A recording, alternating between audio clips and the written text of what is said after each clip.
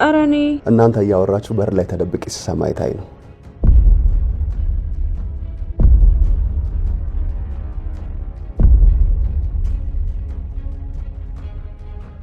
እውነት ነው ብሌን? አዎ።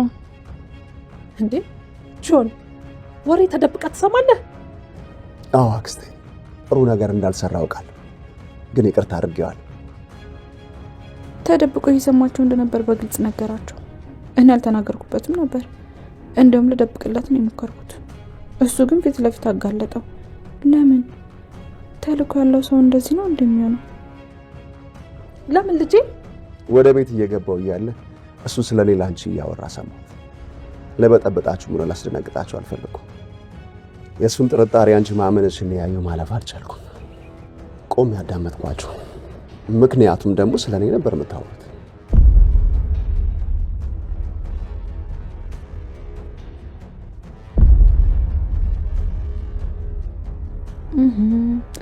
ስለሱ እያወሩ ስለነበር ነው እንዴ ተደብቆ እየሰማችሁ የነበረው?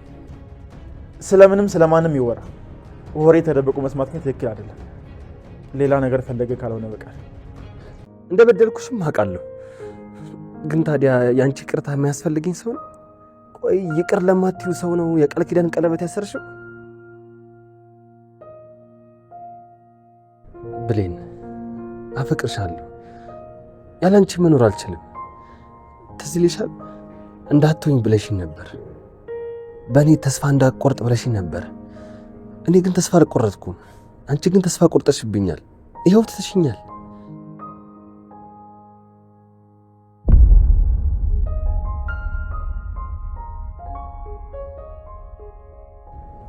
ብሌን፣ አፈቅርሻለሁ። ይህን ነገር በቃ እዚህ ላይ እንቋጨው።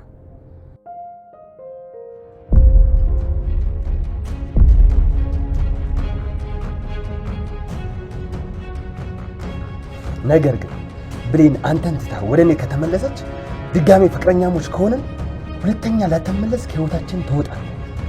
ተስማምቻለሁ። አቶ በኃይሉ ወደ ሰላም ቤት ያስገባው ወይም ደግሞ የላከው ሰው ዮሐንስ በር ስር ተደብቆ የሳሚንና የሰላምን የሚያወሩትን ሚስጥር ሲያዳምጥ ብሌን እጅ ከፍንጅ ያዘችው። ልጁ የበኃይሉ ልጅ ነኝ ብሎ እዛ ቤት ቢገባም አሁን ላይ እያንዳንዱ እርምጃ ሁሉም ሰው እንዲጠራጠረው እያደረገ ነው። የሳሚና የሰላምን ንግግር እሱን መጠራጠራቸውን ሲያወሩ የበራቸው ስር ተለጥፎ ወሬውን ሙሉ ለሙሉ አዳምጧል። አሁን ላይ ሰላምና ሳሚ የተጠራጠሩት እንደሆነና ምናልባትም በኃይሉ የላከው ውሸታም አጭበርባሪ ሰው ሊሆን ይችላል፣ ትክክለኛ የበኃይሉ ልጅ ላይሆን ይችላል የሚለውን ነገር ሲያወሩ በር እስር ተለጥፎ ሲያዳምጣቸው ብሌን ከኪችን ምግብ ይዛ ወደ ሳሎን ስትመጣ እጅ ከፍንጅ ይዘዋለች። ሰላም ሰላም፣ ውድ የቻናል ቤተሰቦች እንዴት ናችሁልኝ? እንኳን ወደ እኔ ዩቲዩብ ቻናል በሰላም መጣችሁ። እንዴት ናችሁልኝ ውድ ቤተሰቦቼ? አደራ ድራማ በክፍል 80 ላይ እንግዲህ አቶ በኃይሉ አሁንም ሌላ ወጥመድ ለሰላም አዘጋጅቶላታል። እንደሚታወቀው እንግዲህ እዚህ ቀደም ሳሚም አብሮት ይሰራ ነበረ፣ ቃልም እንደዛው የእሱ ሰው ነበረች። አሁን ላይ ሁለቱም የከዱት ይመስለኛል። በተለይ ሳሚ በብሌን ምክንያት ሙሉ ለሙሉ ተቀይሯል።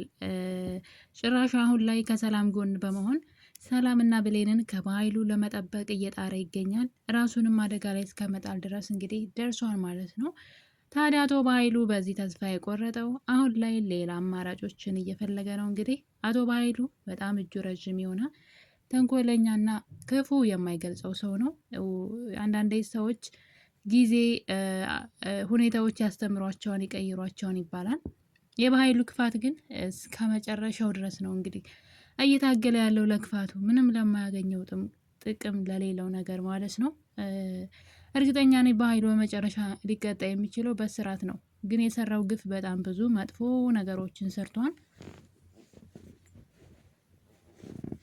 ከገዛ ቤተሰቦቹ ራሱ ብንጀምር ለንብረት ብሎ አባቱን እንደገደለም እዚህ ቀደም እንግዲህ መረጃዎች አሳይተዋል። በዚህ አላበቃም። የሳሚን ቤተሰብም የሱ እጅ አለበት። በዛውም ደግሞ የዳግምን አባትም የገደለው እሱ ነው።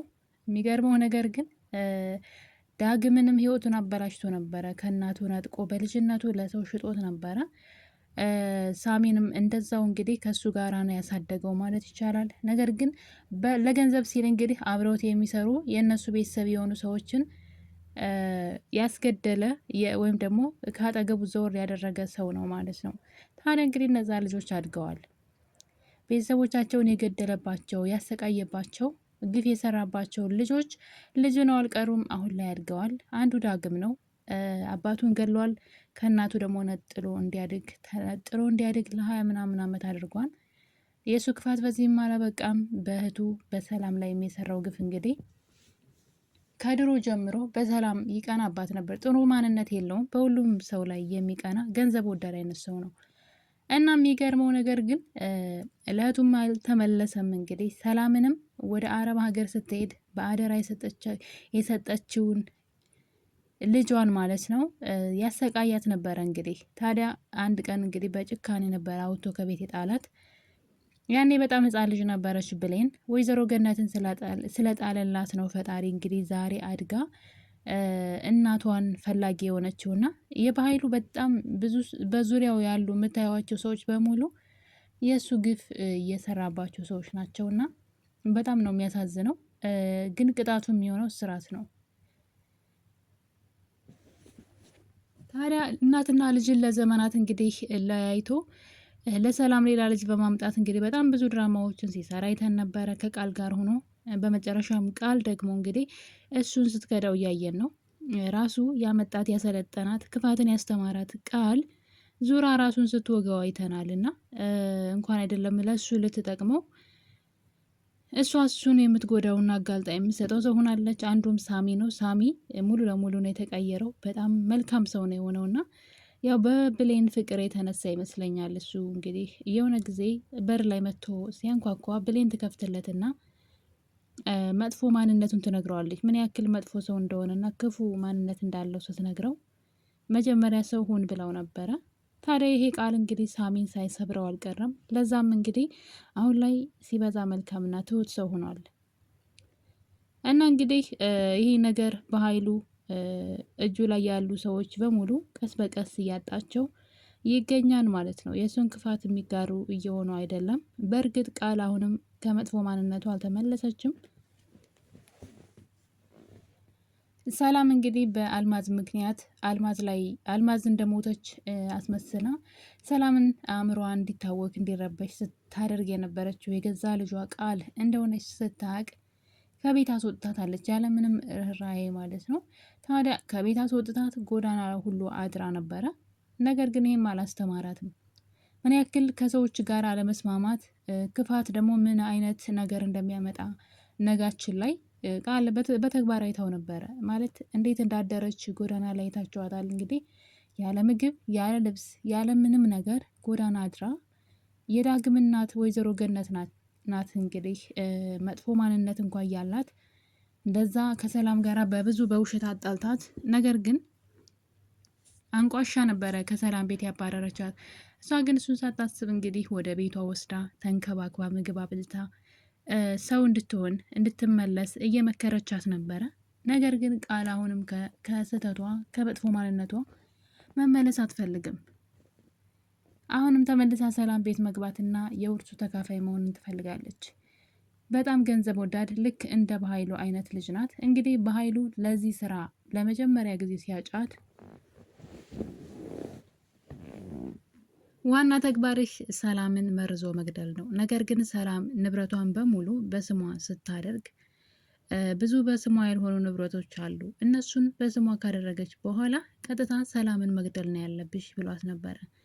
እናም በዛን ሰዓት እንግዲህ ወራሹ አንቺ ነው የምትሆኙ ልጇ ስለሆንሽ ያኔ 25% ሰጥሻለሁ፣ ሌላውን ለእኔ ትሰጫለች 75%ቱን የሰላምን ንብረት ብለው ተዋውለው ነበረ። በዚህ ሰዓት ታዲያ ቃል እንግዲህ በውስጧ ያሰበችው ተንኮል ነበረ።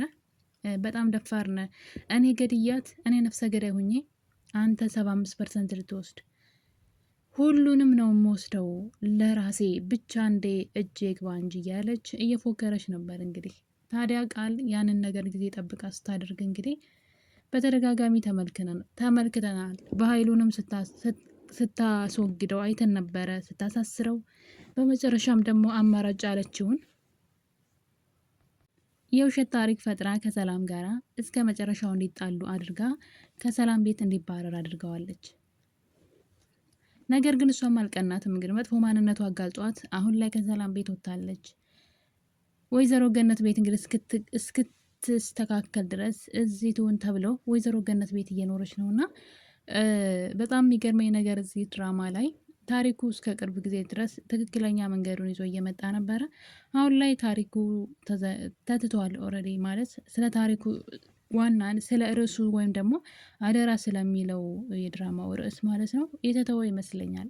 በዋነኝነት ይሄ ርዕስ የሚያጠነጥነው በብሌንና በሰላም ዙሪያ ነበረ። አሁን ላይ ብሌን ጨከን ብላ እናቴ ማናት፣ እናቴ የት ናት ብላ እየፈለገች አይደለም። እንደውም ሰላም ቤት ሰራተኝነቱ የተስማማት ነው የምትመስለውና የዛ ቤት ልጅ መስራት እዛ ቤት እየኖረች ነው። ነገር ግን ታሪኩ መጀመሪያ መቋጨት ነበረበት። ብሌን እናቷን መፈለግ ነበረባት። ሰላም ደግሞ ልጇን ስለምትጠራጠራት ድጋሜ ምርመራ ማድረግ ነበረባት።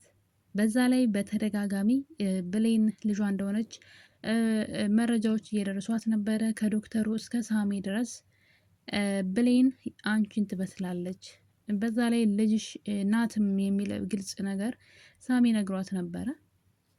ይህን ነገር እንግዲህ ሰላምም ብሌንም ማመን አይፈልጉም። ለምን እንደሆነ አላውቅም። በተለይ ደግሞ ብሌን ቃል የሰላም ልጅ አለመሆኗን በራሷ አንደበት ሰምታለች። እንግዲህ የሆነ ጊዜ ከአንዲት ጓደኛዋ ጋር ቃል ስታወራ ነበረ ከሄለን ጋር ማለት ነው። እና ይቺ አሮጊት የምታያት ሴት ሰላም ትባላለች። 10 ዓመት አረብ ሀገር ኑራ መታ ብሌን የምትባል ህፃን ልጅ ትታሄዳ ነበረ። እናም እንግዲህ አንድ መጥፎ ወንድም በኃይሉ የሚባል አላት። እሱ ነው እዚህ ቤት እንድገባ ያደረገኝ። እሷ እንግዲህ የንብረቷን እንድወስድ ነው እዚህ ያስገባኝ። ነገር ግን የእሷ ትክክለኛ ልጅ እዚህ ቤት ሰራተኛ ሆና የምትሰራው ናት እያለች እንግዲህ ለጓደኛዋ ስትነግራት ነበረ። ታዲያ ብሌን ይሄንን ሳይሆን የሰማችው የእሷ የሰላም ልጅ እንዳልሆነች እና ወንድሟ በኃይሉ ለንብረት ብሎ እዛ ቤት እንዳስገባት ሰላምንም እንደምትገላትና ጭራሽ በኃይሉንም አንድ ፋይል መረጃ ይዤበታለሁ በዛ ሳስረውና ንብረቱን ሙሉ ለራሴ ያደርጋለሁ ብላ ስታወራ በጆሮዋ ነው የሰማችው። እንግዲህ ብሌን የያዘችውን ማስታጠቢያ ሳይቀር ነው አመልጧት የወደቀው በድንጋጤና ይህን ሁሉ ከሰማች በኋላ አሁንም ድረስ እናቴ ሰላም ልትሆን ትችላለች፣ ቃል በድፍረት እንዴት እንደዛ አወራች፣ በራሷ አንደበት ቃል ልጇ አይደለውም ካለች ውጤቱ ተቀይሮ ሊሆን ይችላል ብላ መጠራጠር ነበረባት ብሌን። በተለይ ሳሚ የነገራት ነገር እንግዲህ ካያችሁ በደስታ አልቅሳ ነበረ። ትክክለኛ እናት ሰላም ናት፣ ቃል የውሸት በኃይሉ ያመጣት የውሸት ልጅ ናት በማለት ነግሯት ነበረ። እንግዲህ ይህንንም ነግሯት በዛ ላይ ደግሞ ቃል ደግሞ ራሷ በአንደበቷ ልጅ አለመሆኗን ተናግራ ሰምታ አሁን ላይ ምንም ነገር ስለ ሰላም እያሰበች አይደለም። ምናልባት እናቴ ብትሆንስ ብላ እንኳን ጥርጣሬ ውስጥ ስትገባ ያየን አይደለም። እና ለምን ታሪኩን መዘንጋት እንዳስፈለገ አላውቅም። እናትና ልጅ ግን መገናኘት ነበረባቸው። ትክክለኛው ነገር እናትና ልጅ መገናኘት ነበረባቸው። ነገር ግን እንደዛ አይደለም እየሆነ ያለው። በኃይሉ ተደጋጋሚ ጥፋቶችን እንዲያጠፋ እድል እየተሰጠው ነው።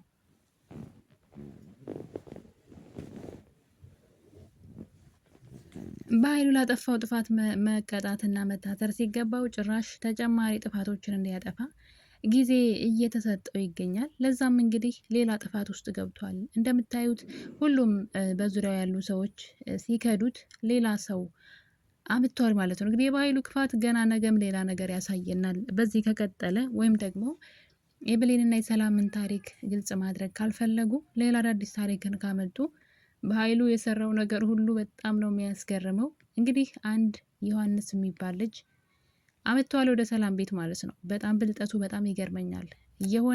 የሆነን ነገር ከሆነ ነገር ጋር እንዴት እንደሚያገናኘው እንግዲህ በአንድ ወቅት ትዳር ይዞ እንደነበረና ወደ ሐዋሳ ከዛ እንግዲህ ሚስቱን ትቷት እንደጠፋ ግን እርጉዝ እንደነበረች ሚስቱ ሰላም ታውቅ ነበረ፣ ያን ሚስጥር ማለት ነው። ከዛ በኋላ ልጁ ይኑር በህይወት አይኑር የሚያውቀው ታሪክ የለም በኃይሉ። የሚገርመው ነገር ግን ለክፋቱ ሲሆን ይህንን ታሪክ ተጠቅሞበታል። እንግዲህ ዮሐንስን ቤተሰቦች ራሱ ነው የገደላቸው። ለገንዘብ ብሎ አንድ በኃይሉ የሚባል ጓደኛ ነበረው፣ በስምም በመልክም የሚመሳሰለው ማለት ነው። ታዲያ ያ ሰው እንግዲህ ለገንዘብ ብሎ ጓደኛው ነው ገሎታል። እሱም ብቻ ሳይሆን ሚስቱንም ገሏል። በዛን ሰዓት እንግዲህ ዮሐንስ በጣም ሕፃን ልጅ ስለነበረ በኃይሉ ወስዶ ለክፋቱ ይጠቅመኛል፣ ወደፊት እጠቀምበታለሁ እንደ መሳሪያ በማለት ክፉ ልጅ አድርጎ ነው ያሳደገው። ጨካኛ ረመኔ እንዲሆን አድርጎና ታዲያ አሁን ላይ በኃይሉ ያንን ታሪኩን ማለት ነው የእሱን ታሪክ ከልጁ ጋር አገናኝቶ ለልጁ ደግሞ ሰላም እህቴ ናት ቤተሰቦችን የገደለችው በማለት ሳሚን ብሌንን አድርጎ ማለት ነው የእሱ ጥላቶች እንደሆኑ የቤተሰቦቹ ገዳይ ተባባሪ እንደሆኑ አድርጎ እንግዲህ ገብተህ ቤት ውስጥ እንድጨርሳቸው ፈልጋለሁ፣ ነገር ግን ቤት ውስጥ የምትገባው የኔ ልጅ ሆነ ነው በማለት ያ የድሮ ታሪኩን ማለት ነው ከ20 ምናምን ዓመት በፊት የነበረ ታሪክ በህይወት ይኑር አይኑር የማይታወቅ ልጅ እንግዲህ ልጁ ይኑር አይኑር ይወለድ አይወለድ የሚታወቅ ነገር የለም። በኃይሉ ግን አሁን ተጠቅሞበታል ያንን ለክፋቱ ማለት ነው። ምን አይነት ጥላቻ እንደው አላውቅም ለሰላም ያለው ማለት አንድ እህቱ ናትና በዚህ መጠን እንግዲህ ከገንዘቧ በላይ ነፍሷን ነው የሚፈልገው። የእሷን ሞት ውድቀት በጣም ይፈልጋል። እና እንደዛ አይነት ወንድም እንግዲህ ምን ልንማር እንደሆነ አላውቅም። ታዲያ እንግዲህ ልጁ የእሱ ልጅ ነኝ ብሎ ሰላም ቤት ገብቶ ነበረ። በሚገርም ሁኔታ ትወናውን በደንብ ነው የተወጣው። ሰላምንም በአንዴ ነበር ያሳመናት። የሰላም የእናቷ ሀብል ይመስለኛል እንግዲህ በኃይሉ ጋር ነበረ።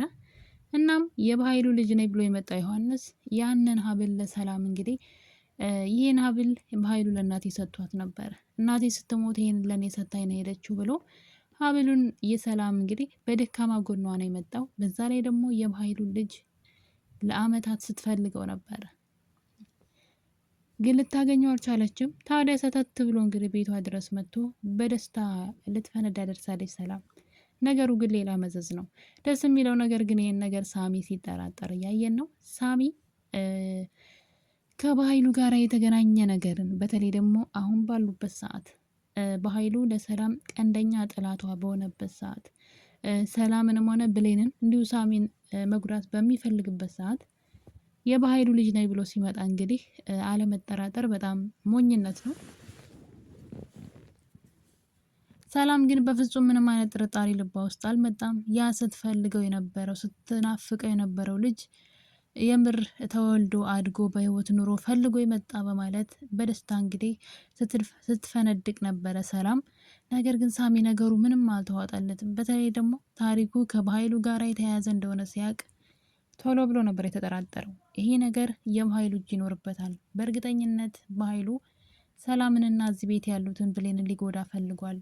የእሱን ሰው አስገብቶ አምጥቶ ሊሆን ይችላል በማለት ሳሚ ተጠራጥሯል። ከመጀመሪያው ቀን ጀምሮ የልጁ ንግግር ድራማ የሚመስልና የተጠና ታሪክ ይመስላል። ለዛም እንግዲህ ሳሚ ለሰላም በፍጹም ልጁን እንዳታምነውና እንድትጠነቀቅ እየነገራት ነው። ሰላምም ነገሮችን በመገጣጠም እንግዲህ ልክ ልትሆን ትችላለህ ብላለች። እና እንግዲህ አሁን ላይ ሳሚ ልጁን በአይነ ቀጀላ ነው የሚከታተለው። የአንዳንዱ እርምጃውንና ድርጊቱን እየተከታተለው ይገኛል። ምክንያቱም ደግሞ ምኑም እያማረው አይደለም። በዛ ላይ የሆነ ቦታ ያየው እየመሰለው ነው ሳሚ። ያ ማለት ሳሚ ራሱ በፊት የበኃይሉ ሰው ስለነበረ ይሄኛውም የበኃይሉ ሰው ስለሆነ በስራ አጋጣሚ ሳይገናኙ አይቀሩም። ታዲያ ሳሚ ጆኒን ወይም ደግሞ ዮሐንስን መጠራጠር ጀምሯል። ጥርጣሬውንም ለሰላም አስረግጦ ነግሯታል። ሰላም ነገሩን ያመነች ትመስላለች። ውድ ቤተሰቦች አጓጊና በእውነተኛ ታሪክ የተመሰረተው አደራ ድራማ ትረካችን የዛሬው ይህን ይመስል ነበረ። በሌላ በአዲስ ቪዲዮ እስከምንገናኝ ቸር ቆዩልኝ።